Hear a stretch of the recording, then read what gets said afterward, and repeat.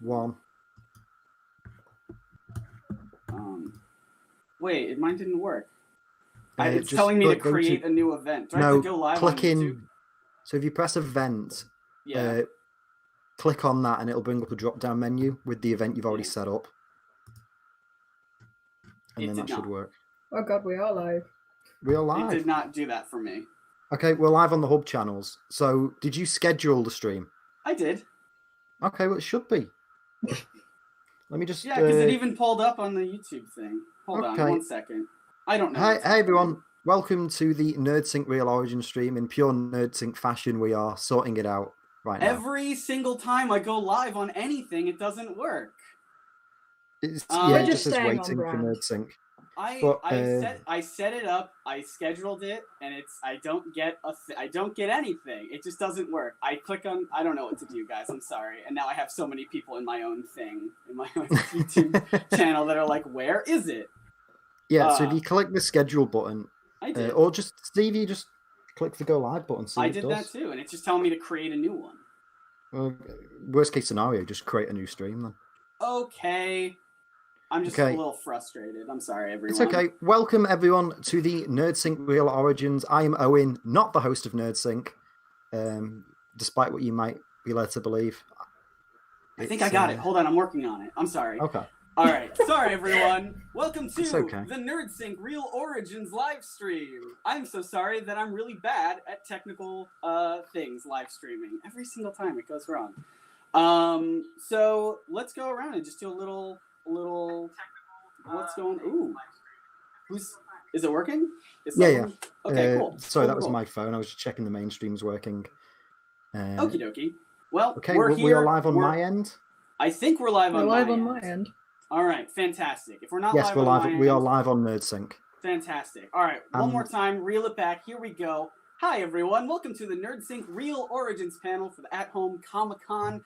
I am Scott, host of the channel NerdSync, and we've got a couple great guests also here right now. Owen, introduce yourself, please. Hello, I'm Owen, and the internet may lead you to believe that I'm a fan of comic books.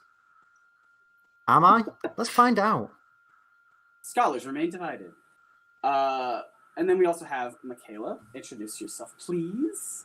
I am Michaela J. Laird. I am said scholar, and I deny that he ever liked comics. Oh, it's debatable. It's debatable. There's a rift. There's a rift already. And we're also supposed to have another person here who may or may not jump in at some point. But we will see. I've been abandoned by my only other American panelists, so I am officially right now. Reclaimed the territories with this victory. He has been left to die at the hands of the Brits. That's right.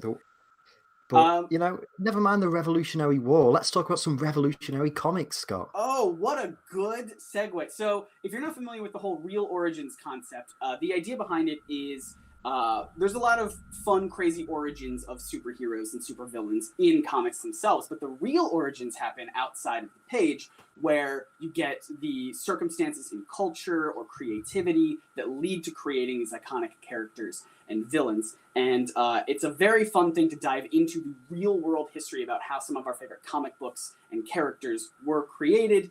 And just to give you a little taste, a little teaser of what that looks like, I would like to tell you guys the real origin of the Red Skull. Have either of you heard of this before? The real origin of the Red Skull? I haven't, and the only glimpse I've seen is from the thumbnail of your stream, so I'm quite excited.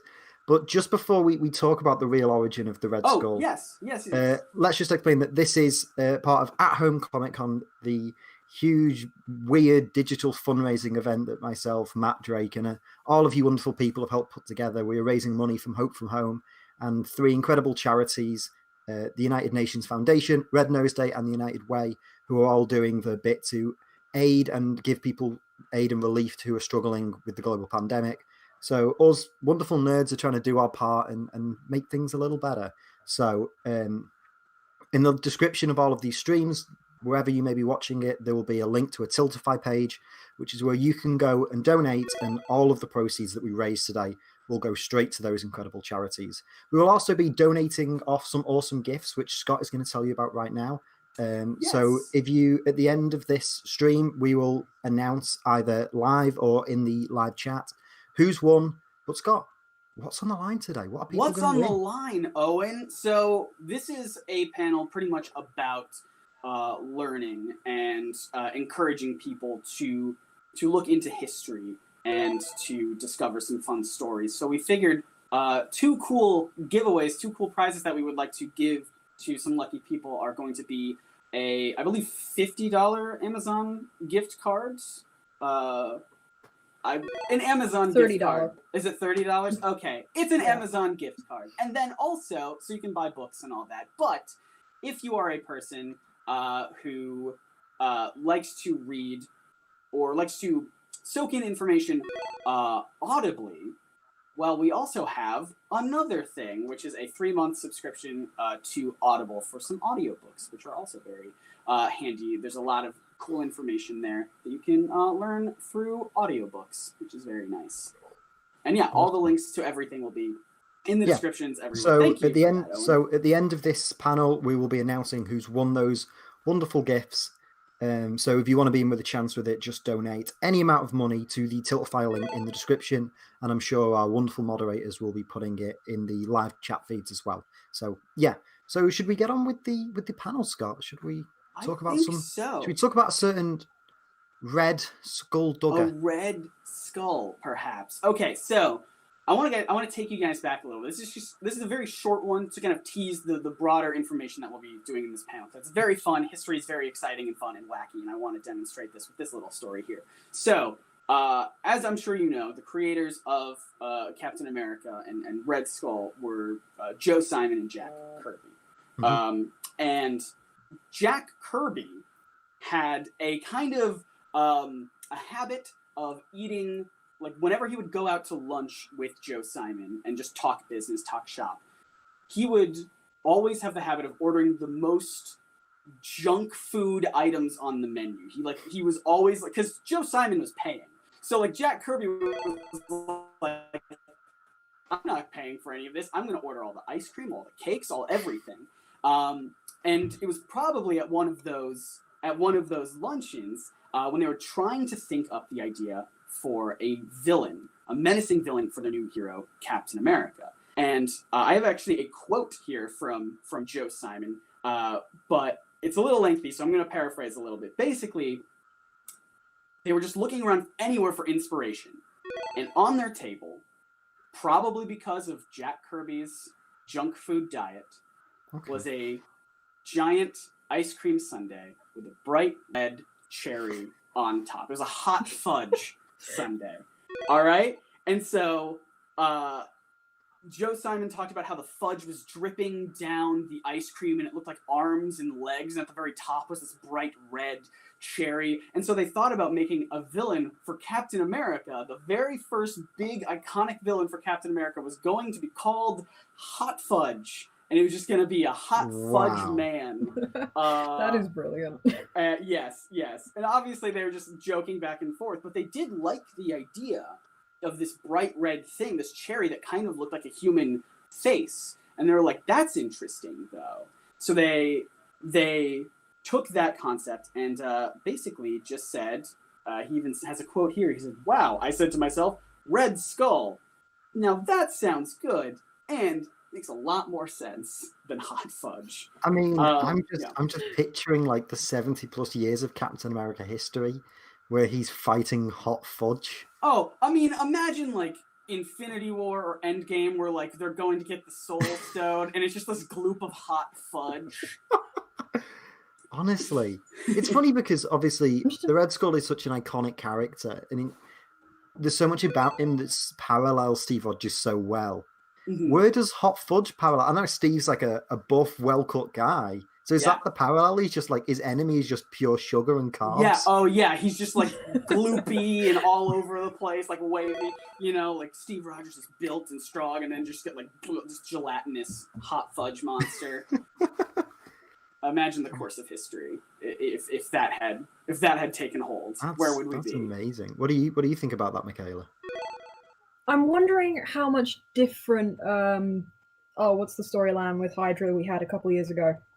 I'm wondering how different that would be if it was Secret Empire. That's it, Secret Empire. I'm wondering how different that would be if, like, the plan revolved some old-timey malt shop or something. Instead of like Hail Hydra.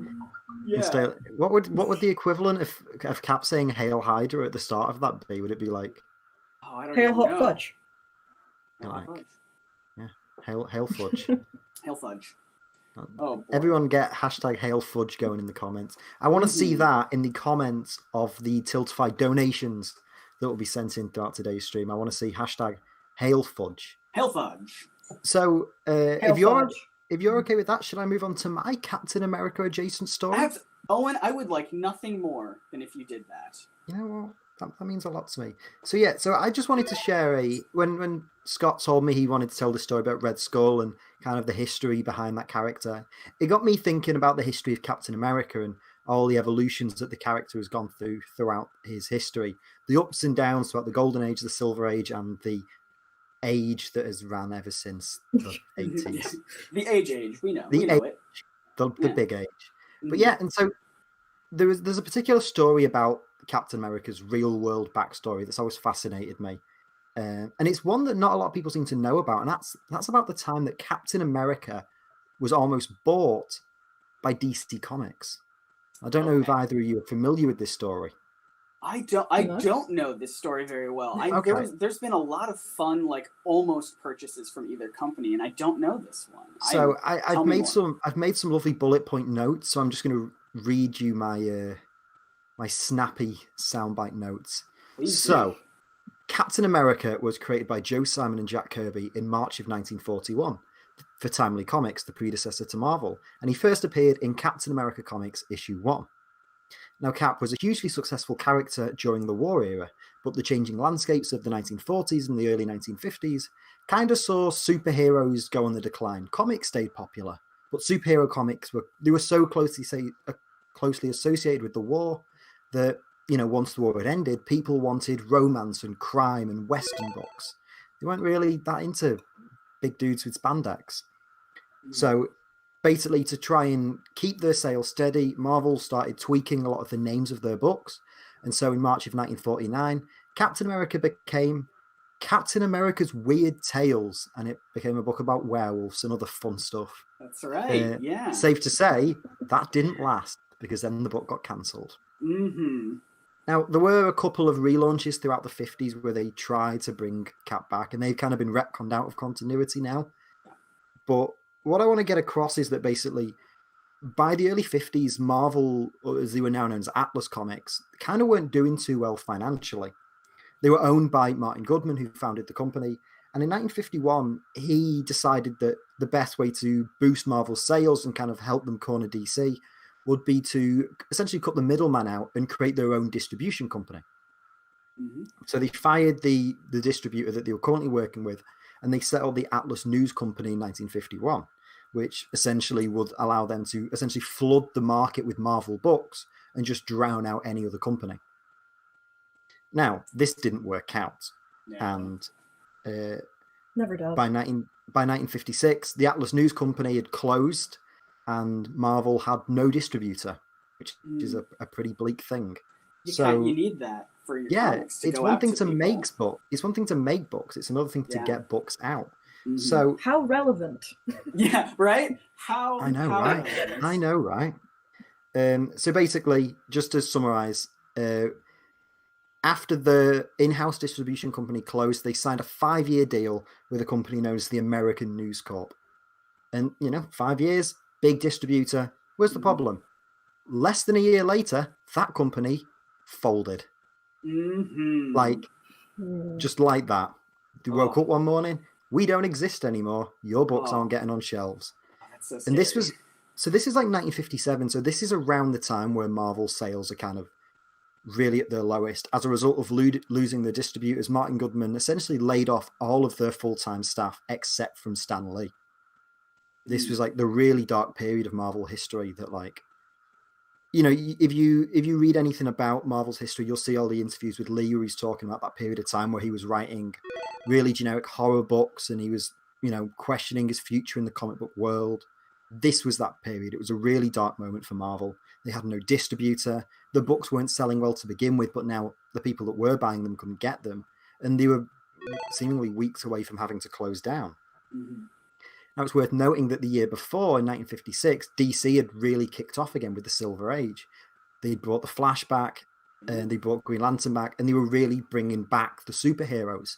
And they were selling really well. So as Marvel was still struggling, DC were, riding high. Yeah, they were thriving. So what DC did in 1958 was they reached out to Martin Goodman, who, seeing the financial state that Marvel were in, and offered to purchase a number of the characters that weren't being published anymore. Mm-hmm. The list is, it was the Human Torch, the original Android character, Namor the Submariner, and Captain America. Basically, none of these three characters were in publication, and DC said, we will pay you $15,000, which today is $126,000, which, that's pretty good. I mean, I wouldn't sell Captain America for $126,000. No, for sure, knowing what he is now. But America's ass. Then, yeah, knowing that he is. You can't put a price on America's ass, Scott. You cannot do that. Mm-mm. So, Mm-mm. So the heads at DC reached out to Martin Goodman and offered $15,000 for the rights of Cap, Namor, and the Human Torch. And, you'd think that Martin Goodman would just flat out reject. He wouldn't even entertain the idea. Mm-hmm. But the scary part is, from the reading that I've looked at, he genuinely considered selling. Oh yeah, they were on the verge of licensing out these characters to DC. Yeah, I mean, when you think about it, though, what choice did he have? Well, that was it. It sounds crazy to say now, but you got to think about it. They tried to bring Cap and Namor and the Human Torch back in the early mid-50s. I think they tried to bring them back twice, and both times I don't think those books lasted a year. Mm-hmm. And so, at this point, this is 4 or 5 years before things like the Fantastic Four would show up. Superheroes were not a priority at Marvel. They were just essentially just leftovers of an era that they put behind them. And so why not cash in and use that money to kind of keep the future of the company going? Now, fortunately, Goodman found his better judgment and rejected it. And the ironic part is they did sign a distribution deal with Independent News, who, if you don't know, is the sister company of DC Comics. That's right. So there was kind of a nice thing there, because obviously it was the deal with Independent News that essentially allowed Marvel to bring the superheroes back and give us things like the Fantastic Four, Spider-Man, the Avengers. Cap came back in a big way because of this deal with DC. Yeah. So I always find it funny that DC play a big hand in the return of Captain America in the Silver Age.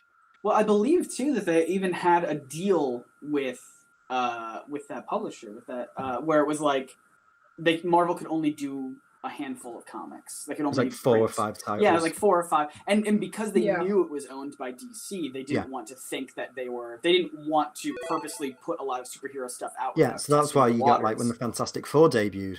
Yeah, it's drawn like a horror comic. They're in civilian clothes.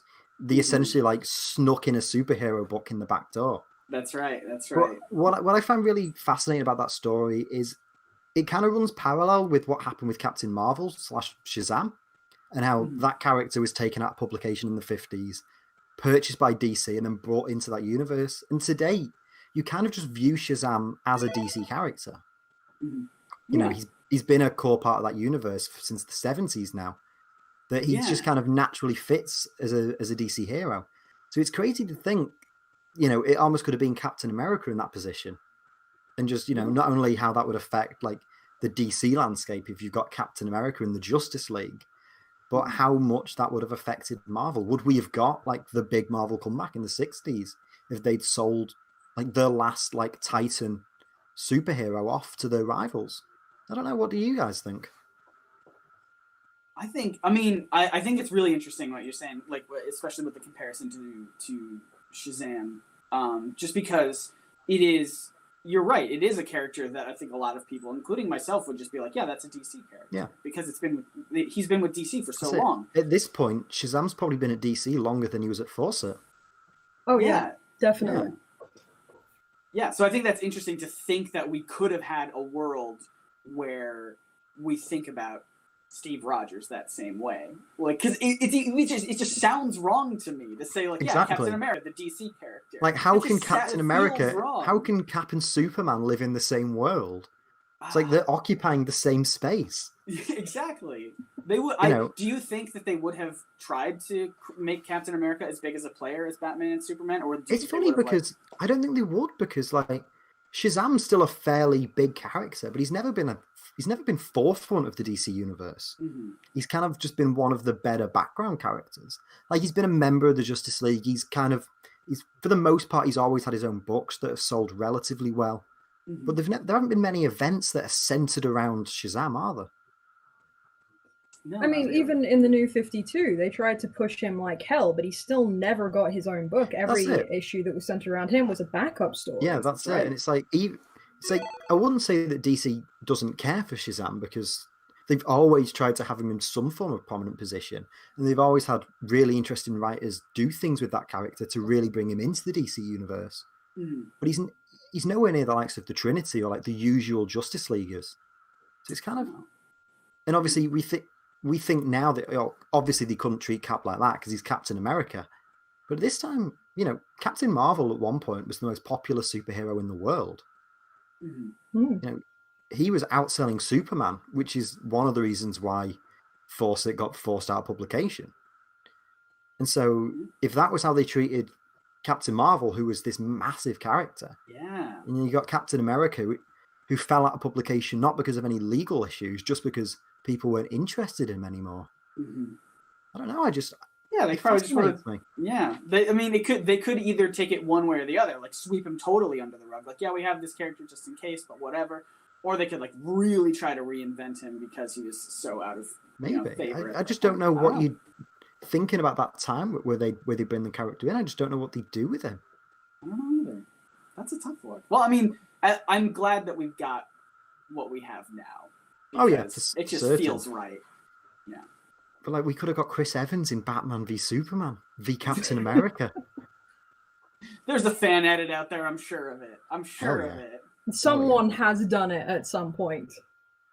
Oh, I'm sure of it. But then it's also things like, say, for example, Marvel did have the kind of renaissance in the 60s without Cap. Mm-hmm. Cap's such a big cornerstone of the Marvel universe. He's almost like the senior statesman of all of the heroes. Who'd kind of take up that position? I don't know. Probably Iron Man. But still, like, Iron Man was only created in the 60s. I think the reason why Cap's such like a focal point of that universe is that he was there before everyone else. So would Namor be like? I mean, because almost everything is tied back to Captain America in some way. There's so much of the Marvel universe which links back to like the Super Soldier program as well. Mm-hmm. Yeah, like absolutely. that's such a big way that they kind of wrap other parts of the universe in. Mm-hmm. You kind of lose that. Like, what would that mean for characters like in Cap books? Like, would the Red Skull now be a DC villain? Sorry, you mean Hot Fudge? Would Hot Fudge be a DC villain? Yeah, maybe. Hot Fudge and the property. Condiment King. Yeah. Oh, imagine them teaming up together. I'd love that.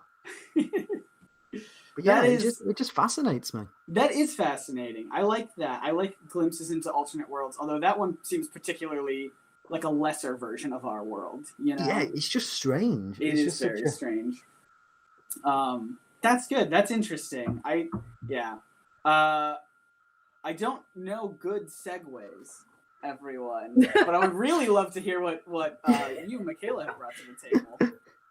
Well, speaking of DC, thank you. That's a good segue. Thank you. Today happens to also be Superman and Lois Lane's 82nd anniversary. And you know what? They're looking great for it. They're doing I good. know. But here's a question. You guys know the origins behind Lois Lane? Yes. I know Scott sort of does. So when Sam Lane and Lois Lane's mother got married, the real only world after origins. they got married, the real one, or Owen, come on, and they loved each other very, very much. Mm-hmm. Oh, and this is for the panel late at night. Yeah, you're doing the late night panel. If you watched the opening panel, you would have seen that nothing is off limits. Oh, I saw the opening panel, and I need to smack Drake for that terrible British accent. Yeah, we'll have words. But yeah, sorry. Tell us about Lois Lane. Please, so enlighten us. There has been quite a few people who have been through history perceived to maybe be the inspiration for Lois Lane. So there was someone Jerry Siegel knew when he was working at a newspaper at one of his old schools. There were actresses who both of them were fans of. But the actual real-world inspiration for Lois Lane was a young model, Joe Shuster, hired. And Joe Shuster was still a teenager at the time, and he put out this ad in a newspaper called just asking for a model for life drawing. But he signed it like his full name, Joshua or Joseph Schuster. So they expected a much older artist when the model came, and no, it's just a teenage kid. And through I know, keeping this wholesome, guys. Yeah. Through talking and just doing all this modeling work, they got to become friends. The only problem was that Joe Shuster was very much falling in love with her. As you and it's kind of sweet.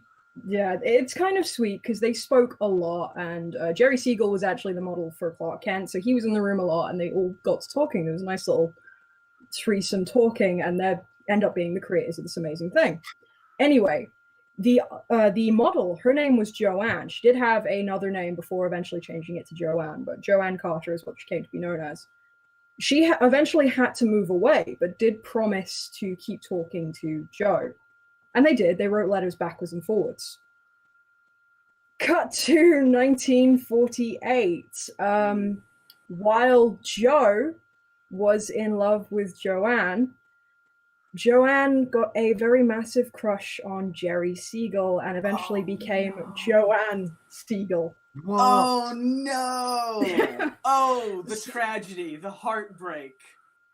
So if we could use analogies, being Jerry Siegel is very much the model for Clark Kent. She was the model for Lois Lane. They ended up together, but the artist never got what he loved.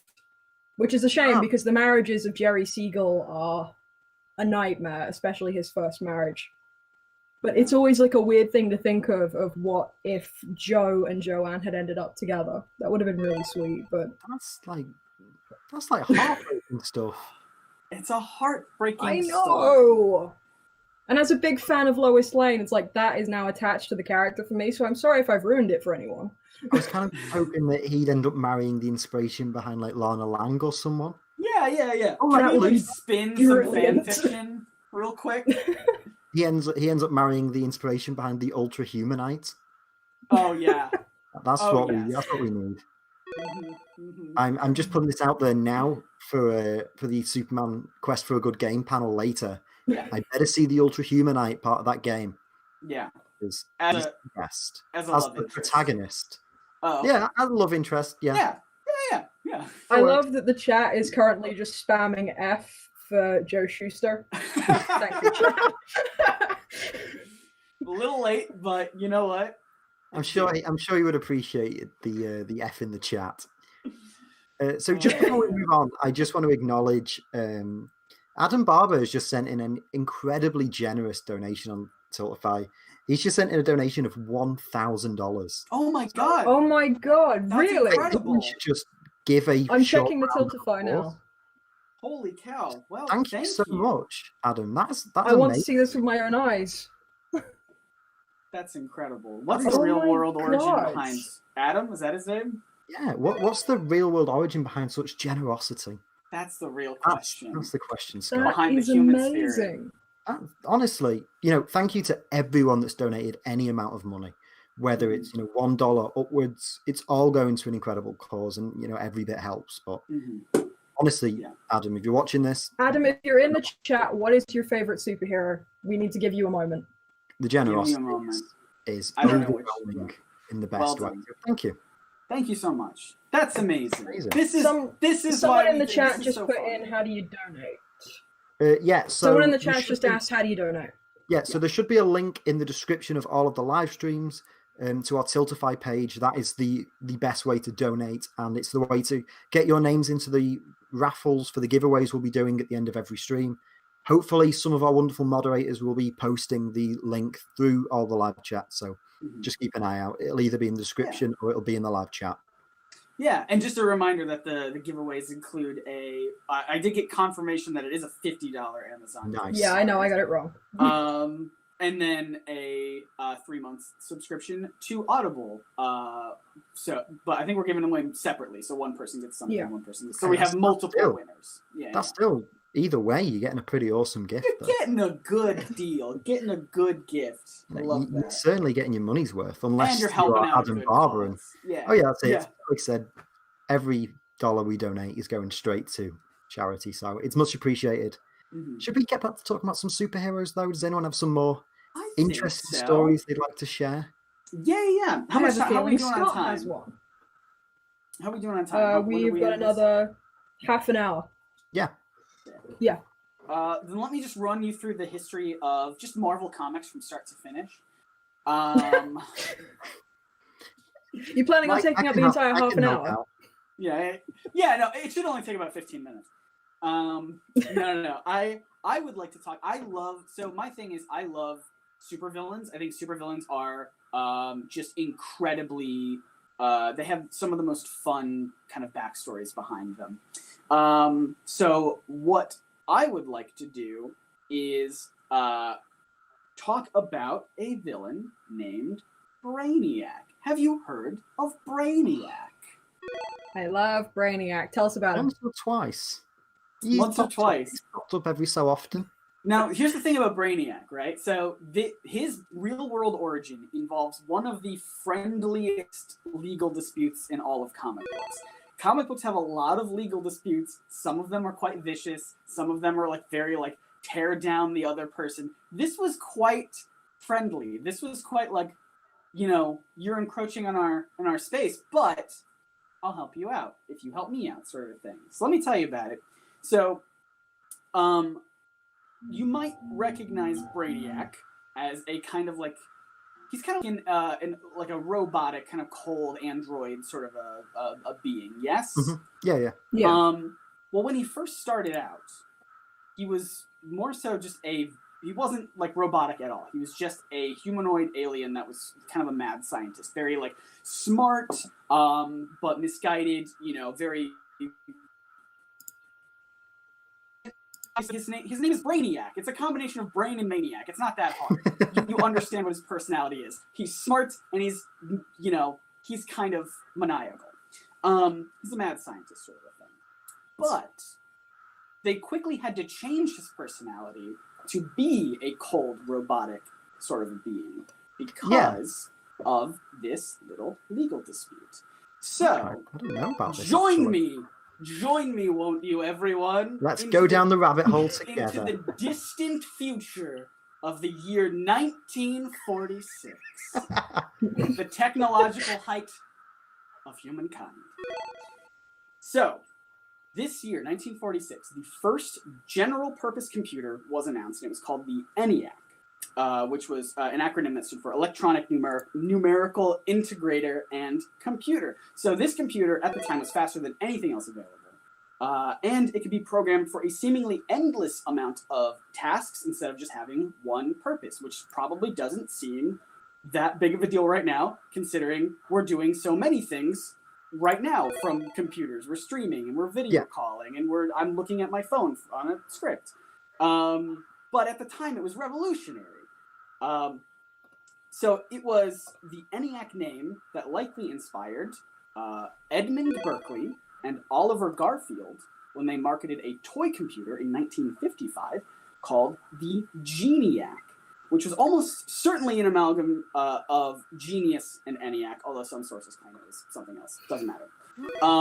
Garfield and Berkeley, unfortunately, the computer toy makers, unfortunately had a bit of a falling out and kind of went their separate ways. Garfield kept marketing the Geniac, whereas Berkeley produced his own nearly identical version in 1958 called the Brainiac. That computer became self-aware, destroyed Krypton. Yes, and it started going through space, shrinking cities, and collecting them. Some people collect baseball cards. He collects cities. That's where Detroit went. That's where it went. We've been looking for it this whole time. We found it. Detroit's gone. Manchester's gone. It's all gone. You know. No, give him back, Brainiac. That is not the end of the story. So we haven't even gotten to the comic part yet. So that's just a toy called Brainiac. What was it, Scott? No wonder he's depressed. He started off as a toy. Yeah. Just before we continue, yeah. What's the phrase? No content, only context. That's exactly right, Owen. No content, only context. So that's just the toy. That's the creation of the toy called the Brainiac. Now, that same year, 1958, was when DC Comics introduced Brainiac into Action Comics number 242. They had no idea that the Brainiac computer toy was even a thing. They just happened to come across the name because it's a smart person who's a mad scientist, a maniac. Brainiac. We get it. We know how this works. So it was just total coincidence that they had these same names, the toy and the comic book character. So now Berkeley, the creator of the Brainiac, never accused DC of stealing the name from him, but he was understandably a bit peeved by how it could interfere with his trademark. Thankfully, things never got heated. The two parties came to a compromise by altering the character of Brainiac, who again at the time was just a humanoid alien. And what they did instead, in Superman number 167 from 1964, Brainiac's entire personality was retconned. The character was changed to be a living computer in totality instead of an alien. With such a drastic shift to Brainiac, though, DC Comics wanted to be completely transparent about why they changed him so much to their readers who might have liked the humanoid alien Brainiac version. So they wrote in the letters page of that issue explaining how it was a remarkable coincidence that both DC and Berkeley had thought up the name Brainiac at that time. And I would love to read you a little excerpt from this letter that appeared in this issue from DC Comics explaining the real origin of Brainiac. Thank you. You didn't have to give me permission. I was going to do it anyway, but thank you. I appreciate that. It seemed polite. Yes, it was. You are on a call with two Brits. Everything's going to be quite polite. All right. So the letter reads like this. In difference to his Brainiac, he's talking about the DC Comics is talking about Berkeley's Brainiac computer toy. In difference to his Brainiac, which predates ours, with this issue of Superman, we are changing the characterization of our Brainiac so that the master villain will henceforth possess a computer personality. We are confident that our readers will approve of this transformation. It will make Brainiac a mightier adversary for the Man of Steel. Readers will be interested to learn that they can build their own Brainiac by purchasing one of Mr. Berkeley's computer kits and assembling the parts. Thousands of youngsters, as well as adults, have bought these kits and by following the simple directions have been able to construct homemade computers which can solve interesting problems of all kinds. Brainiac kits cost less than $20, which I haven't done the inflation for 1964. So they cost less than $20 and make an ideal educational hobby. So basically, the idea behind this was DC Comics would make Brainiac more like the toy of the same name so that hopefully it would boost the sales of that toy, and thus the deal would benefit both parties. They could keep Brainiac if they changed him to help Berkeley. So what you're saying is essentially Brainiac is the original #Spawn. Yes, absolutely. So that's like the 1964 equivalent of introducing a video and then being like, Skillshare is an online learning tool. That's exactly what it is. It is just, it's like, because they were just, that's fascinating. Yeah. It really says a lot about DC that they were willing to even just give this thing a shout out of, hey, don't sue us. Here's the product. Yeah. Well, I wonder if it was also because, comics obviously throughout their history have been seen as like this very like child, like almost like rotting, not educational, they rot your mind sort of a thing. And so pitching this idea that our character is based off of a will now be based off of a real world educational toy that you can get for your kids and they can learn about interesting stuff, would have probably propped them up a little bit as a, like, you know, see, comic books can help education, can help people learn, can help encourage these good, interesting habits and ideas. So it probably was beneficial for them in that regard as well. Yeah, that's honestly like, because obviously, like, you're aware that Brainiac was once this green like humanoid alien person, Yeah. and then he became like a full-on cyborg. So it's really interesting to, because it's a character that I'm familiar with. It's not someone that I've gone and read a lot of the extensive real world backstory of. So that's really interesting. Which begs the question: which Brainiac is cooler? Which Brainiac is cooler? I say unfortunately, I'm going to say the Silver Age humanoid, because he had like really cool little short shorts. He did have those Well, good that short is the shorts. deciding factor. I am wearing short shorts currently. It's just the camera doesn't. Just leave. Some things must be left to the mind's eye. Oh yeah, for sure. No, that'll be on the After Dark. Yeah. Well, because I do like the idea, because it does feel like the idea of like a cold, robotic, artificial intelligence is almost kind of played out a little bit. So like the idea that there's just a version of Brainiac where he's not a robot. Yeah, he's not but an maybe I don't think it was necessarily played out in 1964. No, I agree. But by contemporary standards, I think the kind of more android Brainiac stands out a little bit less, maybe. Yeah. Yeah, I don't know. Because I do think that, especially with like a villain like Lex Luthor, who at the time was also this kind of maniacal super genius. Was also a robot. Right, yeah. Also artificial intelligence. Well, no, it's good to 100%. differentiate the villains at that time too. Because Yeah. like then you have Lex Luthor, and then you have this other thing that's not like gonna scream and shout and be like, curse you, Superman. But instead it's gonna be very cold and unfeeling and just be like, I'm a robot. I'm gonna do the robot things, and if that hurts people, oh well. And Yeah, then that's it it. stops him He's there. so. It's funny because both variations of Brainiac, they're both still, they retain that idea of like, he's not necessarily evil. He's just so committed to this singular focus, and he doesn't necessarily consider the effects that his actions have. It's just, I preserve things, I collect things. That is what I do. Kind of. Have you ever seen the Tim Burton redesign of him for the Superman Lives movie that was never made? Oh, ages ago. It's like it's such. I forgot what it looks like. It's like a head in a jar and then spider legs right the way down, and it's amazing in just how mechanically cold it is. Yeah, some of the concept art because obviously there's the really good documentary that John Schnepp did a number of years ago about that film. Yeah. And a load of the concept art of like Brainiac's ship and all of his technology.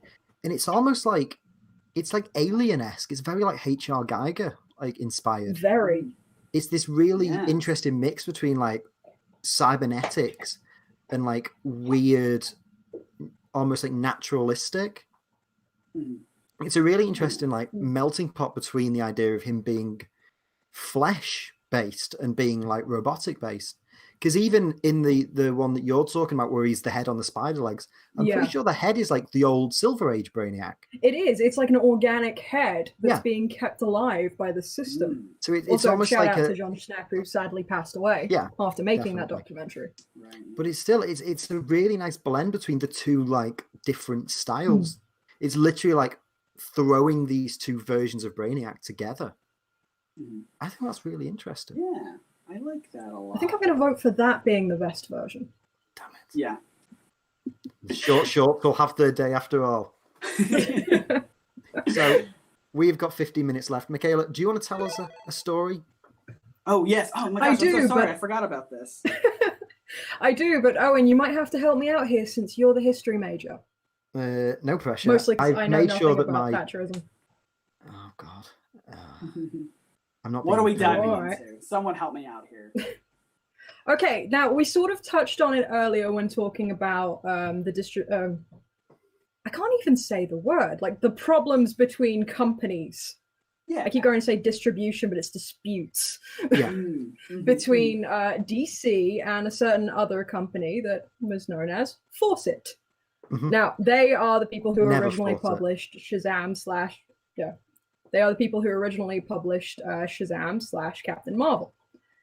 Captain Marvel has a very interesting history when it comes to here in England. Yeah. Because it spawned something that has now become very infamous, but I think is also somewhat niche, because the amount of people who have read stuff that is heavily inspired by it but don't seem to know it, I find quite interesting. The connections of it. Yeah, so Exactly. What's interesting about it is, as I touched on when we were talking about the Superman story, the Captain America story earlier, Captain Marvel was, for a good number of years, the most popular comic book in the UK. Like, for like a 5-year period. Like, Captain Marvel was everywhere over here. And so how in the States, when Superman first took off, you had a lot of copycat characters, which is where Captain Marvel came into. In turn, you had a lot of British comic book companies creating copycat characters of Captain Marvel.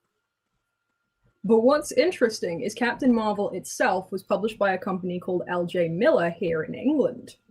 Now, the problem is that when DC sort of had their problems with Fawcett, obviously Fawcett had to stop publication.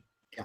So what does L.J. Miller do when they have nothing else to publish, but they seem to be making quite a lot of money?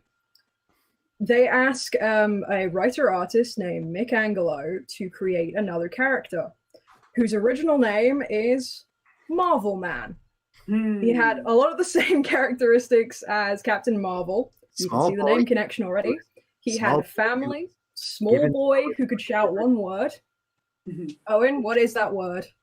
Oh, what was it?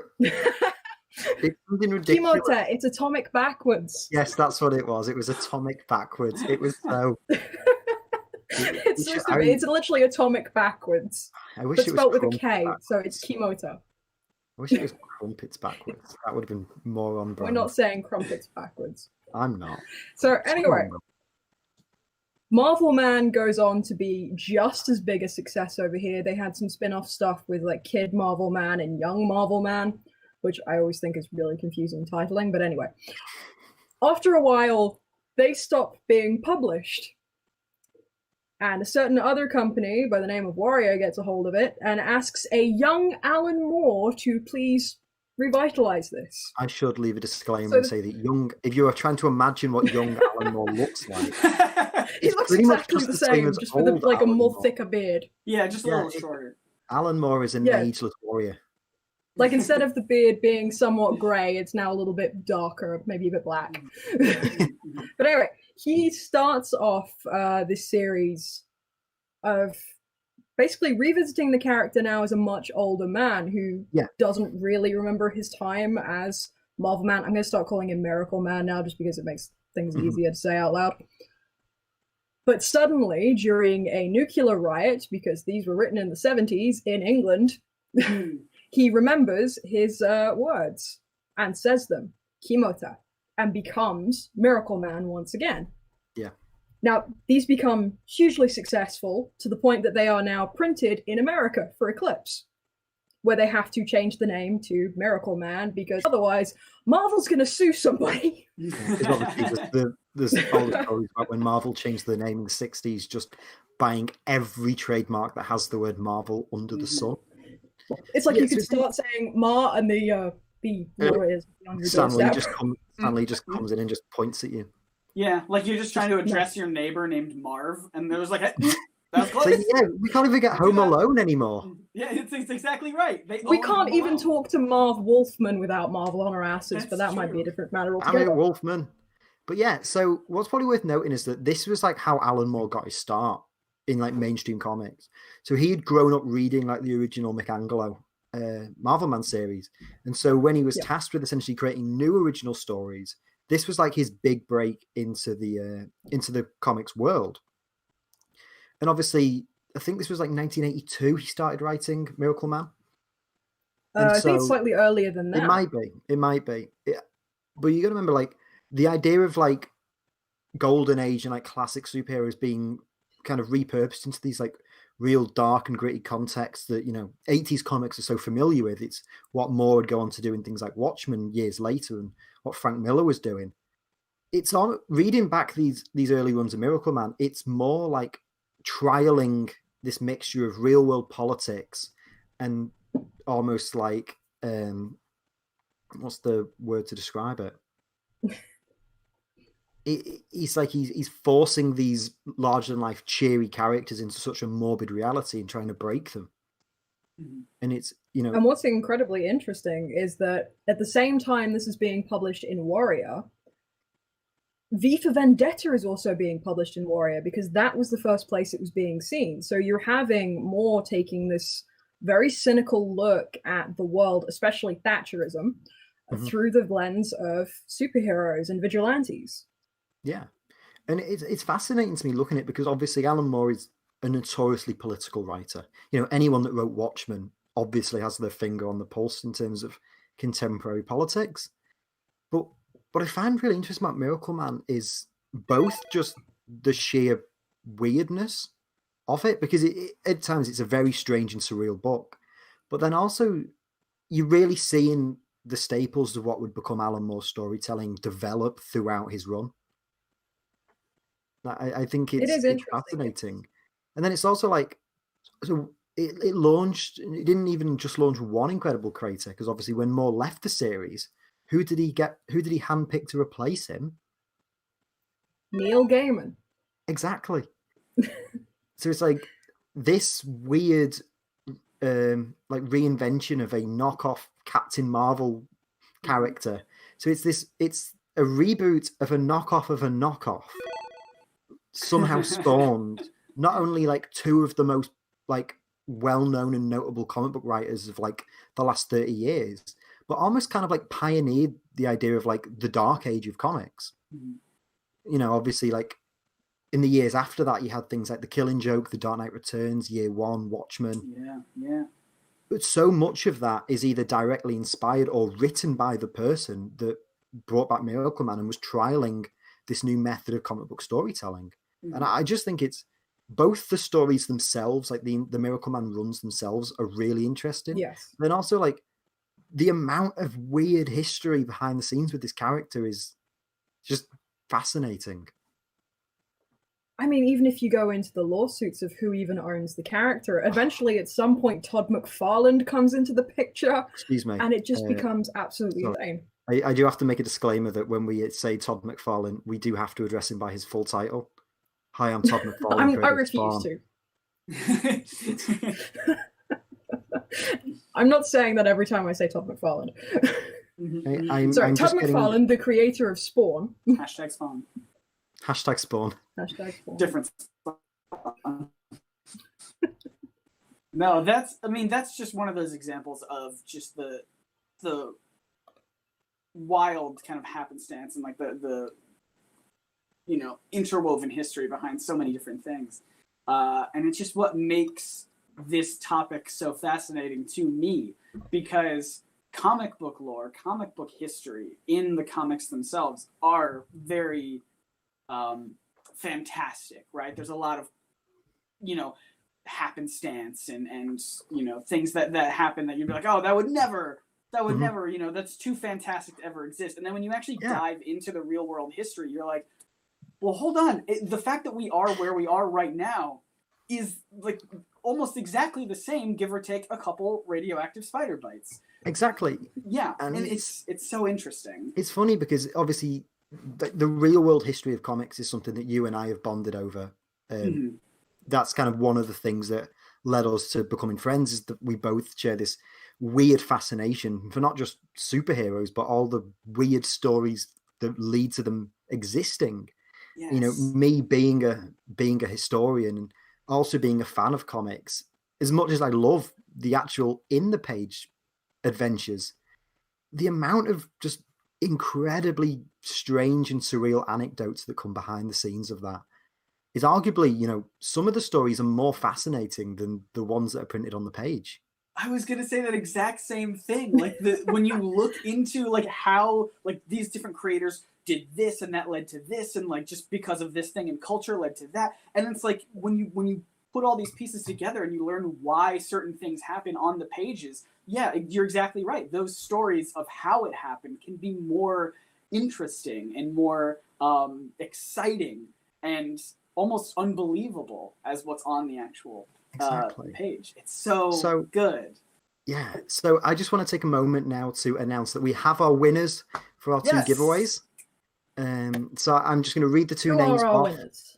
First off, the $50 Amazon gift card has been won by Lewis Barnaby. So whether you're in one of the live chats or not, someone will get in touch with you and make sure you get your $50 Amazon gift card. Why don't you pick up some Miracle Man? Yeah, Definitely. Pick up some Miracle Man, pick up some Superman, pick up some socks, whatever it is you want. Yeah. $50 is yours. Thank you so much for helping us out. And the 3-month Audible subscription has gone to Spider Grr. That's Spider GRRR. Or Aaron. Again, if you're in one of the live chats, or if you're not, someone will get in touch with you and make sure you get your prize. Thank you so much, both of you, for donating, and thank you for everyone else who has donated any amount of money today. Like I said, it's all thank going you all to for donating. Everyone. Every single penny is going to an incredible cause.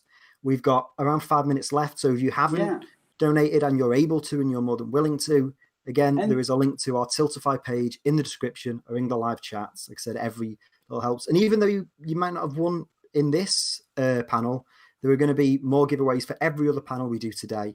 And your names, and even if you donated in any of the previous ones and you didn't win, your names are still in the hat for any of the later ones. So there's still plenty of awesome things to be won. Yeah, and that's what I was going to say. If you're watching this on like one of our specific channels, I know, like, I'm only streaming this panel to NerdSync, but the entire at-home Comic-Con is being streamed to the YouTube channel, correct? Yeah, that's it. Yeah. So you can watch. There's more stuff coming up. There's a whole day worth of content that's going to be so good and so fun, and you got to check it out. I think I have links in the description of my thing. There'll either be links in the description to the main channel, either to the YouTube or the Twitch channel, which will be hosting everything we post today, or I'm sure one of our wonderful moderators will be posting it. I will give you a quick rundown of what's coming up next. Please do. So this is finishing up at past, and then at 4:15 Eastern, it's going to be the Heroes Against Humanity panel, hosted by Comic Storian. It's going to be kind of like a Cards Against Humanity, Whose Line Is It Anyway kind of game show. I went and watched some of Benny's existing episodes of it, and I was laughing uncontrollably. It's described as a comedic game show testing the skills and superhero knowledges of guests. Honestly, I think everyone's going to have a blast with that. Mm-hmm. It's Benny, it's Aurum, it's Rick Nasdon, it's Sal from Comic Pop, and it's Dope Spill. And honestly, I think it's going to be one of the highlights of the entire day. So that will be starting at past. So once this finishes, or 2:45, sorry, I've been awake for far too long today. That'll be starting 15 minutes after this ends. So make sure you are staying on the At Home Comic Con YouTube and Twitch channels so you don't miss any of the exciting things we have today. Yes. Given that we are kind of a few minutes before we need to finish, maybe take the chance to, Scott, if you want to tell any of our viewers across the various worlds that we are broadcasting to about any upcoming projects you might have that you might want people to keep an eye out. Oh, I'd love to. So once again, I'm Scott from NerdSync, YouTube channel NerdSync, NerdSync. And I have been away from YouTube just for a little bit because I'm just very busy working on other projects. But I am coming back with a force this month. One of my favorite things of all time to discuss and watch is Scooby-Doo. And I'm working on this very big, very massive history and critical analysis of Scooby-Doo. So if you like this kind of thing, learning the real world origins, I've got a lot of real world origins of Scooby-Doo in that, and we do a critical analysis of the entire franchise. That's coming up. I'm not permanently off YouTube. It just takes me a long time to make videos these days. Hey, quality over quantity. That's right. I had the pleasure of reading your draft of the script for it, and as someone that has a passing interest in Scooby-Doo but a deep passion in history, I was just from reading it, I was absolutely entertained and enthralled. And well, thank you. I could visualize in my head it coming together in a way that only your videos can. So I'm very excited for that, and I hope everyone will go and check that out when it drops. Michaela, is there anything you want to plug? Obviously, you've got another panel coming up later today. Do you want to let people know about that? I do. I will be on the Comics Academia panel straight after the next one. So I've lost all sense of time, over an hour and a half. Yes, it's the one after the next We'll panel. be talking, exactly. I'm losing, like Owen said, we've been awake for a long time. England is a very different time zone. So I will be talking about Superman, thanks to it being the 82nd anniversary. I'm a doctoral student in comics. See, I can't speak. I'm a doctoral student in comics, so I'll be looking at narrative functions and closure. I'll be joined by comic tropes, the imaginary axis, and new comics. So that's going to be a load of fun. That's going to be, honestly, that is maybe the one panel I'm jealous I'm not on, because Same. I'm also relieved I'm not on, because it's full of people that are much smarter than me. Oh yeah, I would look so dumb with that. Oh no, we're not. But I'll stay here and talk about history, and then all of our brilliant people on the academia panel later can let us know about that. So before we go, we'll be finishing the stream in just a second. I just want to raise the fact that we've just passed $3,000. So again, thank you everyone, from the bottom of my heart and the hearts of everyone else involved with At Home Comic Con. Your generosity has been amazing. God, we are raising $3,117. That is amazing. Holy cow, you are Incredible. all amazing. That is fantastic. Honestly, thank you all so much. In 15 minutes on the At Home Comic Con YouTube and Twitch channels, there will be Comic Storians Heroes Against Humanity panel. You won't want to miss it. So hopefully we'll see you all then. I'll see you all in the live chat. Come check it out. Yeah.